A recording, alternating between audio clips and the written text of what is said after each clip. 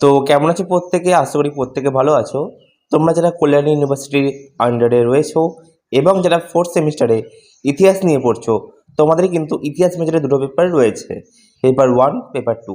তবে আজ আমরা এই ভিডিওতে মেজর পেপার অর্থাৎ 4.2 এর একটি গুরুত্বপূর্ণ পিডিএফ নিয়ে আলোচনা করব, যেখানে সিলেবাস অনুযায়ী সাজানো হয়েছে গুরুত্বপূর্ণ তথ্য, বিশ্লেষণ এবং পরীক্ষার জন্য প্রাসঙ্গিক বিষয়বস্তু। এই পিডিএফটা শুধুমাত্র পড়ার জন্য নয়, বরং ভালোভাবে বোঝার জন্য সাজানো হয়েছে, যেন তোমরা কম সময়ে বেশি করে রিভিশন করতে পারো। যারা এখনও পর্যন্ত সাবস্ক্রাইব করোনি, এখনই আমাদের চ্যানেলটিকে সাবস্ক্রাইব করে নাও, কারণ সামনে তোমাদের অনেক দরকারি কন্টেন্ট আসবে শুধুমাত্র তোমাদের জন্য। যেমন কি তোমরা দেখতে পাচ্ছ পিডিএফটি কতটা সুন্দরভাবে সাজানো হয়েছে তোমাদের জন্য।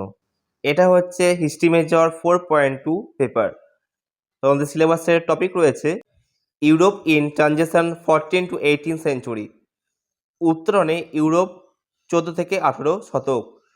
তোমাদের সিলেবাস হচ্ছে এটা। তোমরা চাইলে একটা স্ক্রিনশট নিতে পারো, অথবা তোমরা চাইলে এটা লিখে নিতে পারো। আমি চলে যাচ্ছি সরাসরি প্রশ্নের দিকে।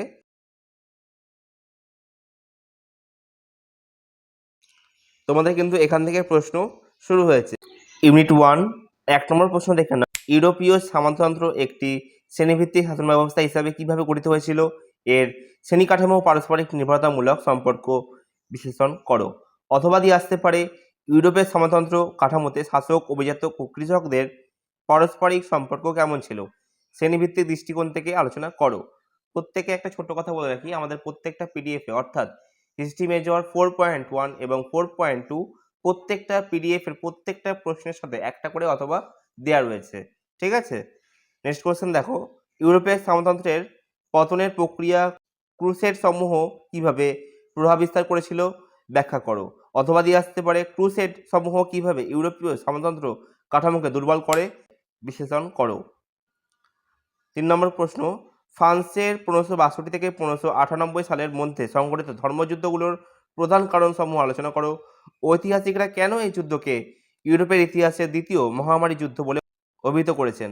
4 নম্বর প্রশ্ন দেখে নাও, মধ্যযুগীয় ইউরোপের ক্রুসেড সমূহের রাজনৈতিক, সামাজিক ও ধর্মীয় তাৎপর্য বিশ্লেষণ করো। অথবা দিয়ে আসতে পারে ক্রুসেড সমূহের ইউরোপের সমাজে কী ধরনের দীর্ঘমেয়াদী প্রভাব ফেলে? আলোচনা করো। 5 নম্বর প্রশ্ন, ফ্রান্সের ধর্মযুদ্ধ সমূহের 1562 থেকে 1598 পটভূমি কারণ এর ফলাফল আলোচনা করো। 6 নম্বর প্রশ্ন, ইউরোপের সামন্ততন্ত্রের উদ্ভবের পটভূমি ও প্রাসঙ্গিক সামাজিক অর্থনৈতিক প্রক্রিয়াগুলি বিশ্লেষণ করো। অথবা দিয়েও আসতে পারে সামন্ততন্ত্র ইউরোপের কোন ঐতিহাসিকের পরিপ্রেক্ষিতে বিকশিত হয়েছিল? আলোচনা করো। 7 নম্বর প্রশ্ন, পশ্চিম ইউরোপীয় সামন্ততন্ত্রের মৌলিক বৈশিষ্ট্যসমূহ কী ছিল? ব্যাখ্যা করো। 8 নম্বর প্রশ্ন, পশ্চিম ইউরোপের সামন্ততন্ত্রের পতনের প্রধান কারণসমূহ আলোচনা করো। অথবা দিয়ে আসতে পারে কোন কোন রাজনৈতিক, অর্থনৈতিক ও সামরিক পরিবর্তনের ফলে পশ্চিম ইউরোপের সামন্ততন্ত্র ভেঙে পড়ে? 9 নম্বর প্রশ্ন, আমেরিকান অর্থনীতিবিদ পল সুইজি ইউরোপের সামন্ততন্ত্রের পতনের ব্যাখ্যায় কী যুক্তি উপস্থাপন করেছেন? ব্যাখ্যা করো। 10 নম্বর প্রশ্ন, পূর্ব ইউরোপের সামন্ততন্ত্রের দীর্ঘ সময় ধরে টিকে থাকার কারণসমূহ বিশ্লেষণ করো।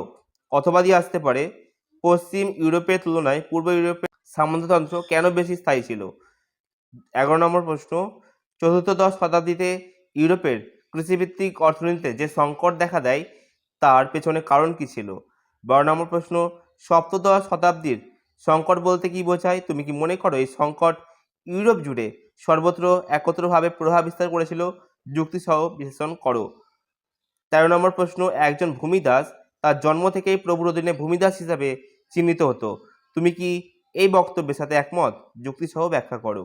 14 নম্বর প্রশ্ন, মধ্যযুগীয় ইউরোপের ক্রুসেড সমূহের আর্থসামাজিক প্রভাব সংক্ষেপে বিশ্লেষণ করো। 15 নম্বর প্রশ্ন, সামন্ততান্ত্রিক ব্যবস্থার পরিবর্তনশীলতা ও ভৌগোলিক বৈচিত্র্য আলোকে বিশ্লেষণ করো যে কেন পশ্চিম ইউরোপের সামন্ততন্ত্র ভেঙে পড়ে কিন্তু পূর্ব ইউরোপের দীর্ঘস্থায়ী ছিল।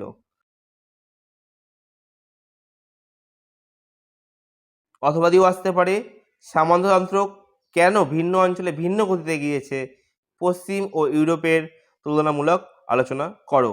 তো এই ছিল তোমাদের ইউনিট 1 এর প্রশ্নপত্র।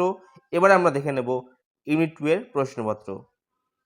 ইউনিট 2, 3, 4 এর অন্তর্ভুক্ত গুরুত্বপূর্ণ প্রশ্নগুলোর তালিকা রেডি, এবং সেগুলো আমি আর বলছি না, যেহেতু ভিডিওটি বড় হয়ে যেতে পারে, তাই ভিডিওতে শুধু দেখিয়ে দিচ্ছি কী কী প্রশ্ন রয়েছে এবং কিভাবে পিডিএফটি গুছিয়ে তৈরি করা হয়েছে। হিস্ট্রি মেজর 4.2 পেপারটির সম্পূর্ণ সিলেবাস ভিত্তিক পিডিএফ এখন রেডি, এবং যে কোনো ছাত্রছাত্রী মাত্র 85 টাকার বিনিময়ে এটি সংগ্রহ করতে পারো। এই দামে এত তথ্য সমৃদ্ধ পরীক্ষাভিত্তিক এবং কমন প্রশ্নের পিডিএফ তোমরা অন্য কোথাও পাবে না, এটা আমি আত্মবিশ্বাসের সাথে বলতে পারি। বাজারে যে সমস্ত বই পাওয়া যায় সেগুলোর দাম সাধারণত 150 থেকে 250 টাকা। সেই তুলনায় আমাদের পিডিএফ অনেক কম দামে এবং অনেক বেশি কার্যকারী। আমাদের প্রতিটি সেমিস্টারের সাজেশান থেকেই 100% কমন এসেছে, এবারও ব্যতিক্রম হবে না বলে আমি বিশ্বাস করি। অর্থাৎ এবারও তোমরা কিন্তু 100% কমন পেয়ে যাবে আমাদের এই পিডিএফ থেকে। আমাদের পিডিএফে কিন্তু সমস্তটাই রয়েছে, অর্থাৎ 2, 5, 10 নম্বরের সমস্ত প্রশ্ন উত্তর এই পিডিএফে তোমরা পেয়ে যাবে, ঠিক আছে? তাই সময় এবং অর্থ দুটো বাঁচাতে এবং পরীক্ষার জন্য একটি কার্যকর প্রস্তুতি নিতে এখনই আমাদের পিডিএফ সংগ্রহ করতে তোমরা পারো। যে কোনো প্রশ্ন থাকলে বা বিস্তারিত জানতে চাইলে আমাকে হোয়াটসঅ্যাপে মেসেজ করতে পারো, আমি সর্বদাই তোমাদের সাহায্যের জন্য আছি। ভিডিওটি ভালো লাগলে অবশ্যই লাইক করবে, কমেন্ট করবে কেমন হয়েছে ভিডিওটি, এবং শেয়ার করবে তোমাদের বন্ধুদের সাথে যার এই পেপারটি রয়েছে। আর যারা প্রথমবার আমাদের চ্যানেলে ভিডিও দেখছো তারা প্রত্যেকে সাবস্ক্রাইব করে নেবে, ঠিক আছে? আবারও কোনো নতুন টপিক নিয়ে কথা হবে, ততক্ষণের জন্য বাই।